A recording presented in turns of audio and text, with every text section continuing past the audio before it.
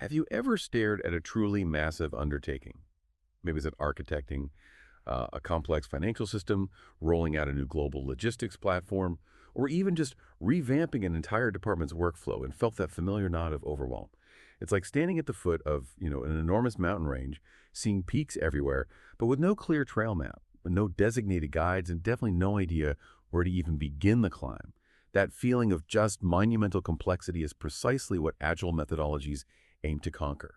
But what if you need agility and a robust structure, especially for those big enterprise-level projects that just can't afford to get lost in the clouds?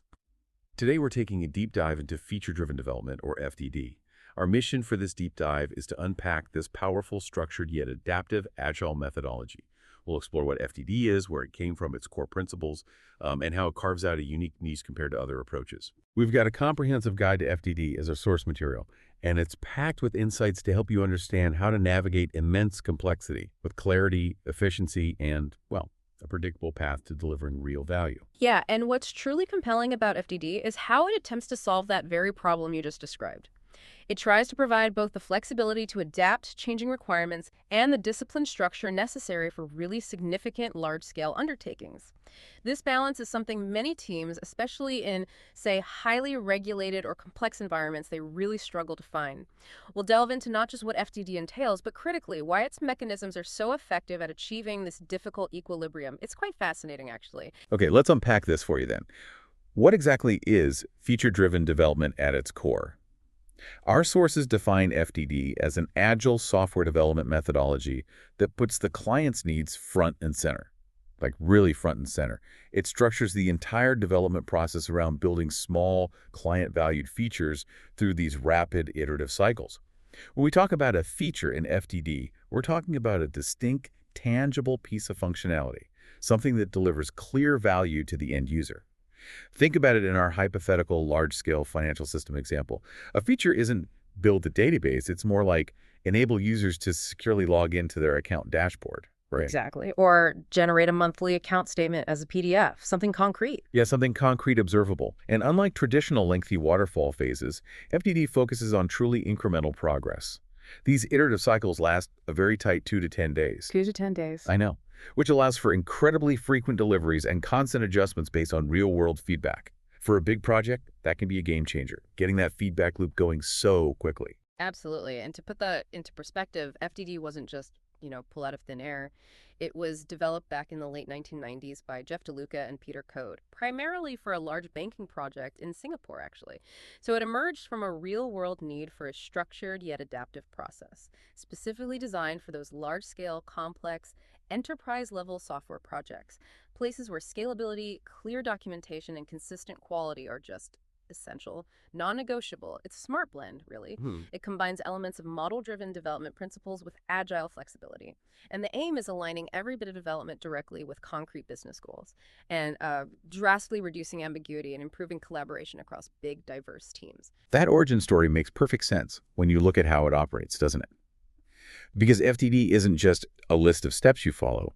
It's built on a foundation of core best practices, what our sources call pillars. These really guide its implementation and are absolutely critical to its success. So how do these principles stack up? What are they? Okay, one of the first principles is domain object modeling. Now, this might sound a bit academic, maybe a little dry, but it's fundamentally about creating a shared visual understanding of a system's structure. Imagine everyone involved in our financial system project, from the business analysts to the developers, sitting down together, sketching out the core entities like account, customer, transaction. Right. This collaborative modeling isn't just drawing, it's building a common language and a shared mental model. Exactly. And it isn't just an upfront exercise either. It's about establishing a robust shared understanding of the business domain. That becomes the single source of truth for everyone involved. It drastically reduces misinterpretations later down the line. What's often overlooked is how this prevents that telephone game effect, where different teams end up with slightly different ideas about critical business concepts. That can really plague large projects. Right. Okay, that makes sense. And building directly on that shared understanding, we have developing by feature. This is FDD's namesake, right? Absolutely. This is the core of it. It means breaking down all the work into those small, manageable, client-valued features we just talked about. Things that can genuinely be completed within that tight 2-week window maximum. And this isn't just about making work digestible, although that helps. It's about making progress visible and measurable in terms of delivered value, not just lines of code written or hours spent. So for our financial system, instead of a vague task like implement security, it becomes users can reset their password via email. That's a concrete, testable unit of value. Gotcha. Then there's class, code ownership. Now, this seems like a bold move, maybe even controversial in some Agile circles where collective code ownership is more common. What's the thinking here? Well, it's actually more nuanced than just strict control.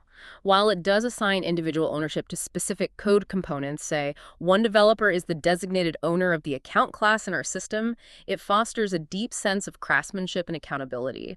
That individual truly understands the intricacies, the dependencies, the potential impact of any changes to that critical area, and it dramatically reduces context switching overhead. It also helps prevent the nobody owns this problem that can lead to code rot and quality issues in those more diffused ownership models. Okay, I can see that. That makes a lot of sense for maintaining quality, especially at a really complex code base. And for organizing the work itself, we have feature teams. Yes, these are small, often temporary, cross-functional teams. They're dedicated to developing specific features, or maybe a small group of related features. They pull together the necessary skills, maybe a designer, a couple of developers, a QA specialist, just the people needed to deliver that one feature end-to-end. This promotes intense collaboration and really focused effort, avoiding the handoff delays and communication overhead that can slow down larger, more component-based teams. Right, focused delivery.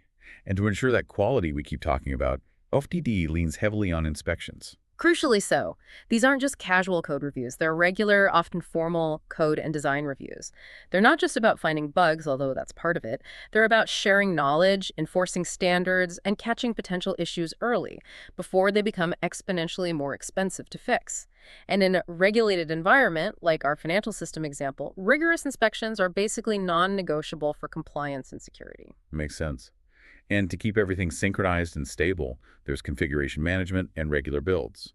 Yeah, these go hand in hand. Configuration management is all about meticulously tracking all the changes to the code base, to requirements, to design artifacts, maintaining solid version control so you always know what's what and can reliably reproduce builds. Regular builds, on the other hand, mean frequently integrating all the newly developed features into the main software build, sometimes multiple times a day. This ensures the software remains functional and stable. It allows for continuous testing and catches integration issues almost immediately, rather than discovering a huge mess right before a major release. Okay. And finally, what ties it all together, especially for stakeholders who aren't in the weeds every day? Visible progress and results. This is fundamental to FDD. Reporting isn't based on abstract percentages or, we spent 80% of the time. It's based on completed features. You can literally see features move through the process. Designed, built, tested, integrated. This provides incredibly transparent tracking of actual progress, especially for non-technical stakeholders. It builds trust and clarity. What's fascinating here, really, is how these principles collectively emphasize repeatability, thorough documentation, and a strong focus on delivering high-quality, user-valued outcomes, all while maintaining that crucial flexibility. They truly lay the groundwork for a systematic yet adaptive process, one that really ensures predictability, which is gold on large-scale projects. So how does this all come together in practice then? FDD follows a structured 5-step process, taking an idea all the way to delivery. And what's really important to understand, as you said, is that it's not strictly linear. The last 2 steps, design and build by feature, that's the core iterative loop. It repeats for each feature after the initial setup. So the first step is to develop an overall model. This isn't about getting bogged down in every tiny detail from day one, not at all. Instead, it involves collaborative workshops. You get the domain experts, architects, lead developers all in a room. The goal is to create a high-level domain model, outline the system's scope, its context, the key components. So for our financial system, this might involve identifying core entities like customer, account, investment portfolio, and understanding their basic relationships. Our sources suggest using tools like UML diagrams, that's Unified Modeling Language, a standard way to visualize software systems, or even just simple sketches on a whiteboard. The key is collaboration. often merging multiple perspectives into one unified understanding. And that initial modeling phase is so critical because it establishes the blueprint, doesn't it? It ensures that everyone, from the CEO maybe down to the junior developer, is working from the same foundational understanding of the business domain.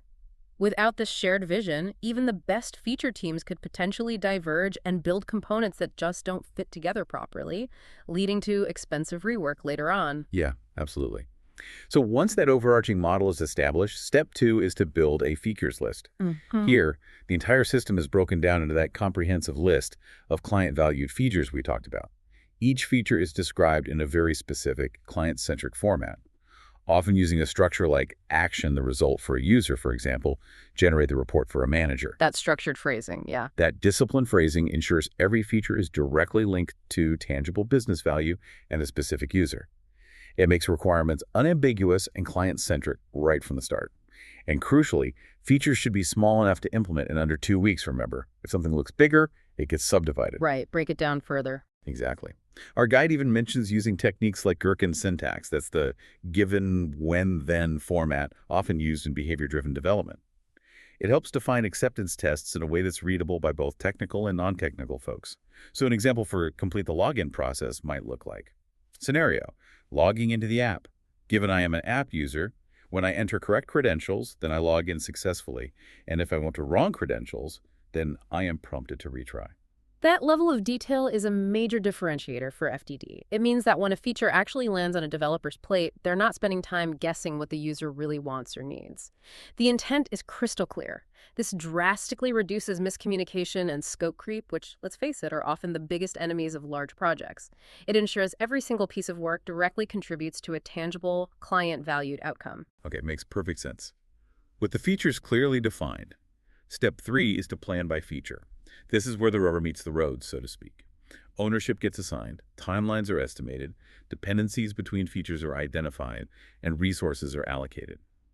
The entire team is typically involved in this planning process to ensure the estimations are accurate and there's buy-in from everyone.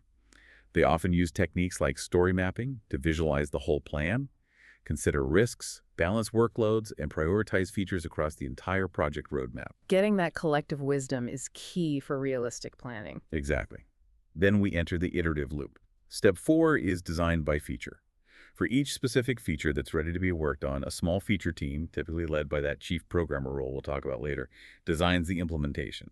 And this isn't just jumping into code. It includes thinking through edge cases, looking for opportunities for reuse within our financial system, maybe creating sequence diagrams or class diagrams, and crucially, conducting peer reviews of the design to ensure quality before a single line of implementation code is written. Yeah, that design before build mentality, even within an agile framework, is really powerful. It allows for critical thinking about the feature's architecture and how it integrates with everything else, without the immediate pressure of just banging out code.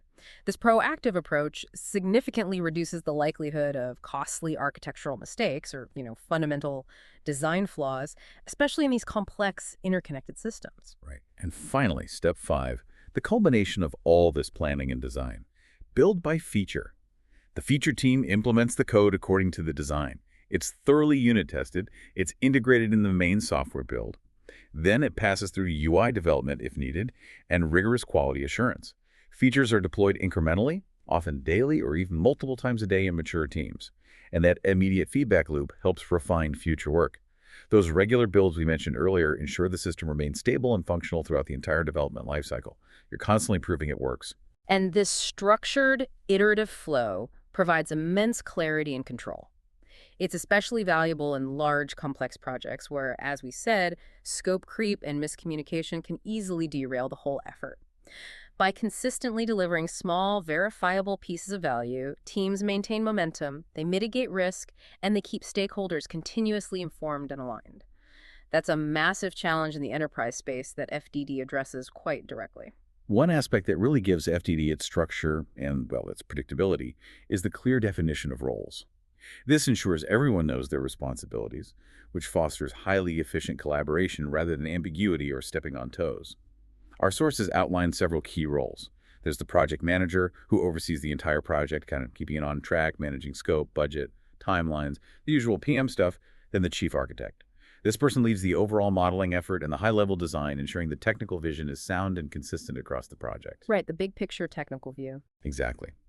Then there's the development manager, who guides the day-to-day development team in processes, managing resources, and ensuring the team is productive. And this is where it gets really interesting for the actual day-to-day work. The chief programmer. This isn't just another senior developer. This individual is a highly experienced developer who actually selects which features their team will work on from the planner. They lead those small feature teams we discussed, and they oversee the detailed design and development for quality and consistency. They're like a highly skilled, hands-on technical lead for a specific cluster of features. Very focused responsibility. Right, providing that expert guidance right where it's needed. And then we have the class owner, a role we touched on earlier when discussing principles. Yes, the class owner is responsible for specific code components, ensuring the integrity and quality of those critical modules. So in our financial system, the class owner for the transaction class would be deeply immersed in its logic, its performance, its interactions, its deep expertise. And finally, but crucially, the domain expert. These are the business users, the stakeholders, the subject matter experts who provide that vital business knowledge. They validate that the features being built truly meet the actual business needs. What's kind of unique here is how these roles support deep specialization while still fostering teamwork. It differs significantly from the flatter structures you sometimes see in other agile methods. It offers a different, highly accountable approach that's often really beneficial for these large mission-critical systems where errors can be very costly. So, okay, pulling it all together, what does this all mean for your project or any complex undertaking you might be facing? Why should you care about FDD beyond just the theory? Well, it offers several distinct advantages, especially, as we've said, for large or complex projects that often struggle with scale and predictability. Firstly, scalability.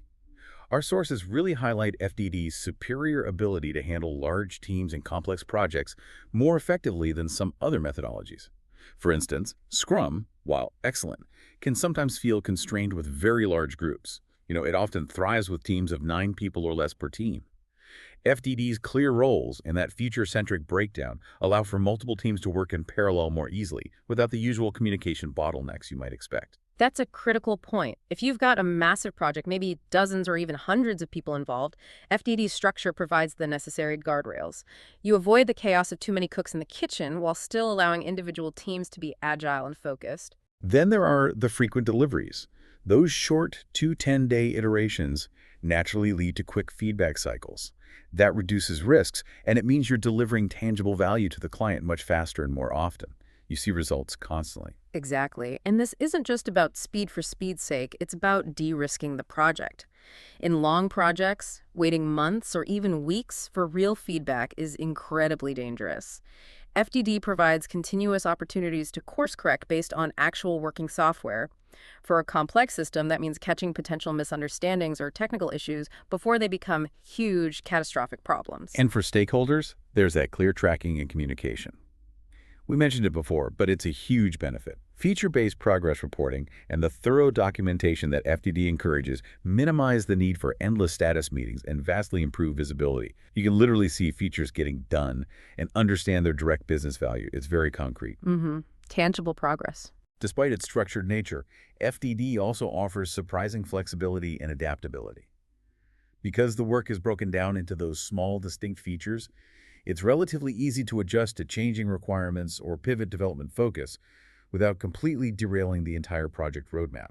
You can replan at the feature level. Yeah, this is a nuanced benefit, isn't it? While it does have more upfront design thinking than, say, extreme programming, that design is still happening within an adaptive framework. You're not locked into a rigid plan for months on end.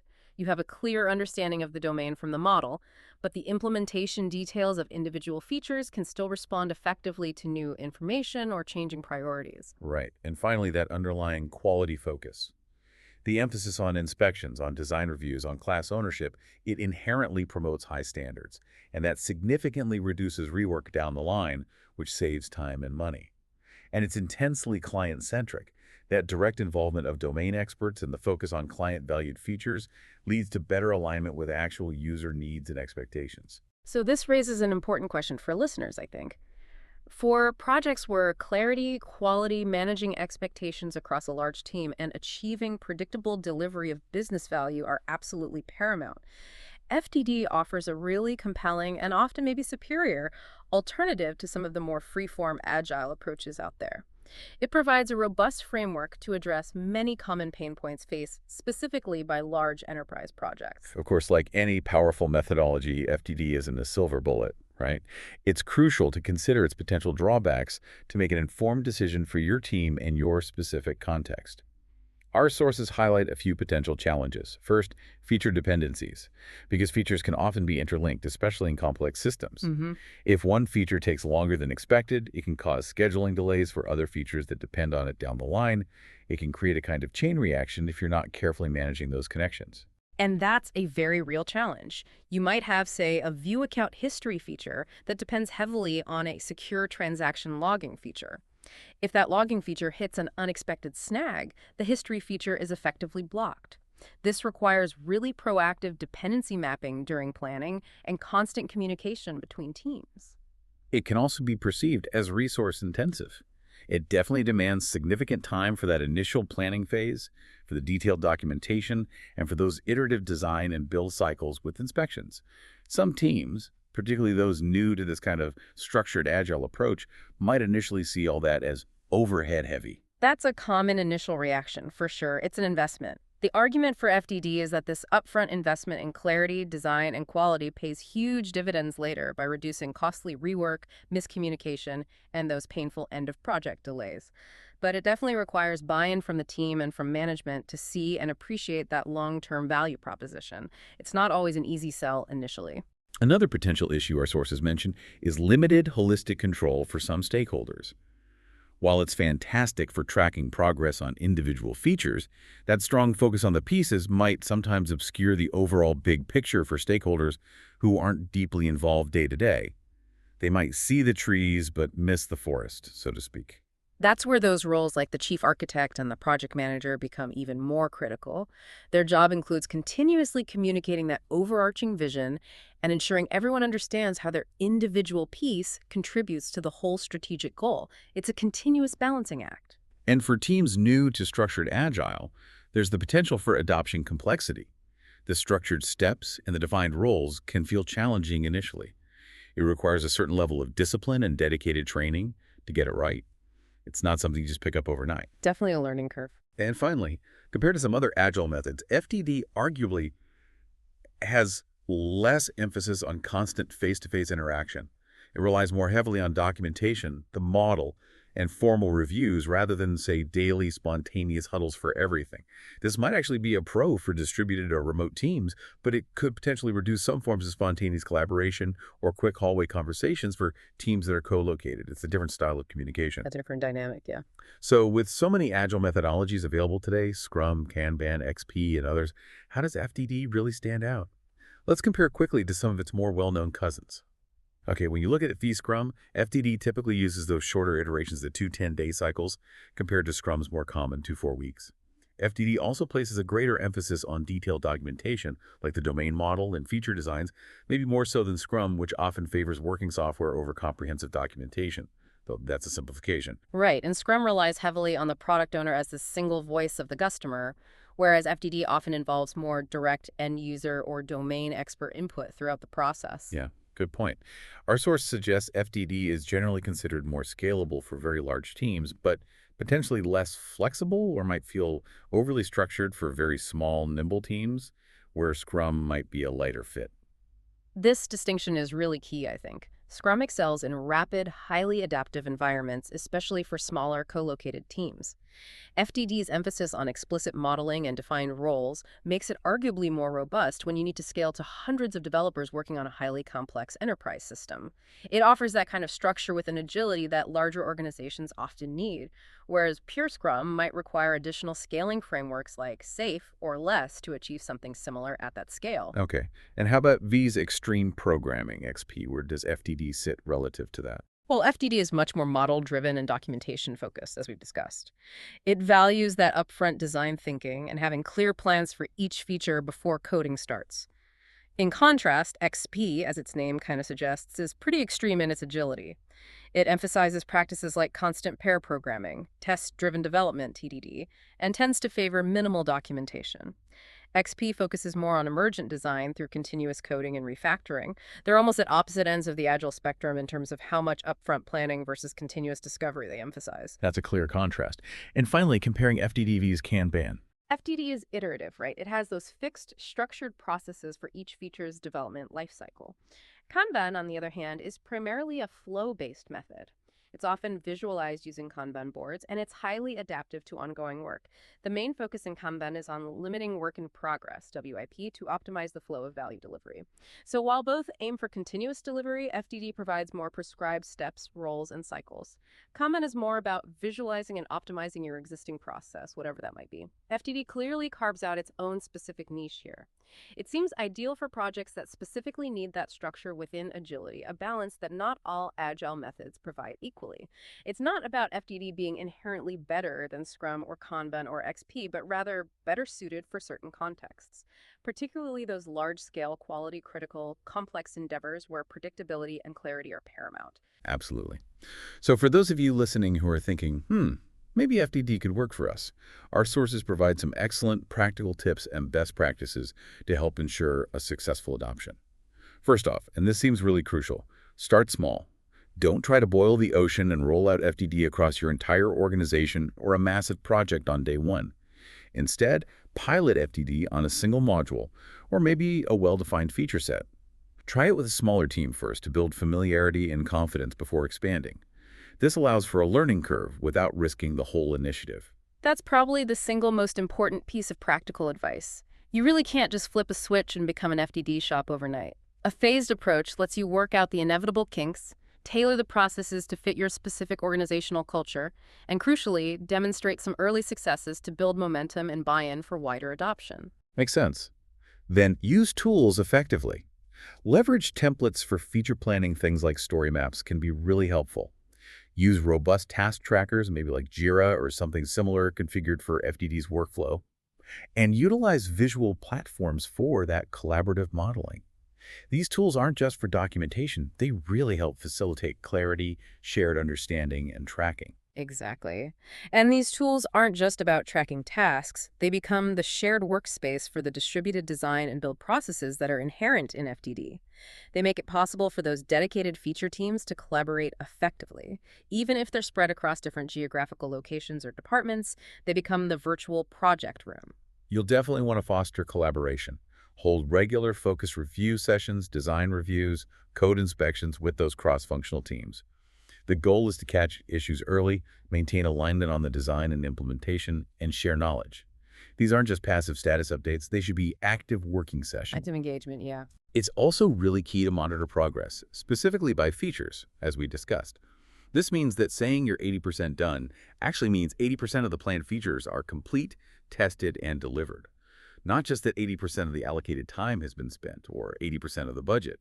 This provides much clearer, much more tangible metrics for everyone involved, especially stakeholders. And this really shifts the focus from effort expended to actual outcome delivered, which is a powerful motivator for the team and a far more accurate measure of true project velocity.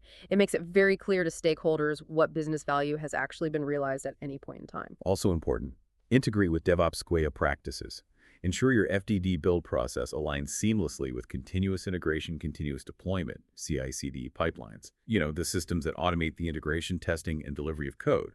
This ensures smooth, consistent integration and deployment, catching problems faster. That tight integration is vital for realizing the benefits of those frequent builds and deliveries. And naturally, perhaps, obviously, train the team. You need to educate everyone thoroughly on the FDD roles, the specific processes, the underlying principles, and the best practices. You have to do this to avoid confusion and ensure genuine buy-in. You can't just expect people to adapt and follow a new methodology effectively without understanding the what and the why. That training is absolutely paramount because FDD's success really hinges on everyone understanding their specific contribution and how it fits into the larger, structured, agile framework. It requires discipline, and training builds that foundation. And finally, echoing the first point, scale gradually. After you achieve some initial success in one area, then you can expand FDD to other teams or projects. And importantly, continually refine your approach based on the lessons learned from those initial pilots. It's an ongoing improvement process. These practical steps, taken together, directly address some of the potential challenges we discussed earlier, particularly around the adoption complexity and the perception of resource intensity. They emphasize a deliberate, thoughtful, phased approach to integration that can truly set you up for success with FDD. And that brings us to the end of this deep dive into feature-driven development. We've explored how FDD offers a uniquely balanced, feature-centric approach to agile software development. It makes it an ideal choice, potentially, for teams seeking structure, scalability, and clear client-valued outcomes, particularly in those large, complex, or enterprise environments. By embracing its processes and its principles, from those short iterative cycles and clear documentation, to fostering dedicated team ownership and focusing on continuous improvement through inspections and build organizations, can potentially deliver high-quality software more efficiently, while still adapting to ever-changing requirements in a reasonably predictable manner. Yeah, I think this discussion really highlights that choosing a development methodology isn't just about picking one from a menu, is it?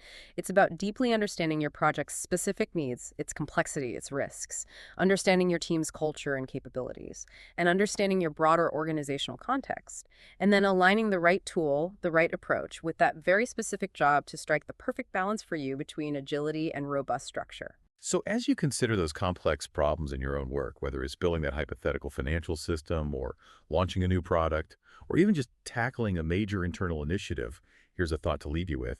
How might fundamentally breaking those big problems down, not just into tasks, but into small, tangible, independently valuable client values features?